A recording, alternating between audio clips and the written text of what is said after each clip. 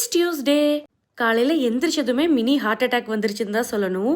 அலாம் வைக்காம தூங்கிட்டேன். இந்த குளிருக்கு காலையில ரொம்ப லேட்டாக தான் எந்திரிச்சோம். 8:00 ஆயிடுச்சு.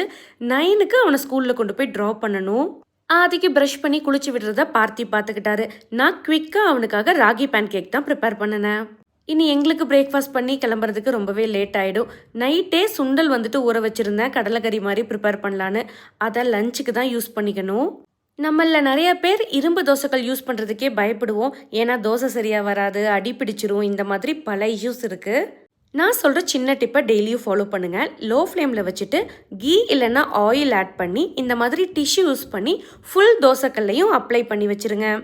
அதிலிருந்து லைட்டாக ஸ்மோக் வர ஆரம்பிச்சதுமே யூஸ் பண்ணுங்கள்.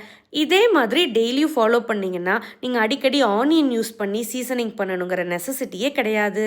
தோசைகள் ட்ரை ஆகுதுன்னு தோணும் போதெல்லாம் ஆயில் அப்ளை பண்ணிடுங்க, அவ்வளவுதான்.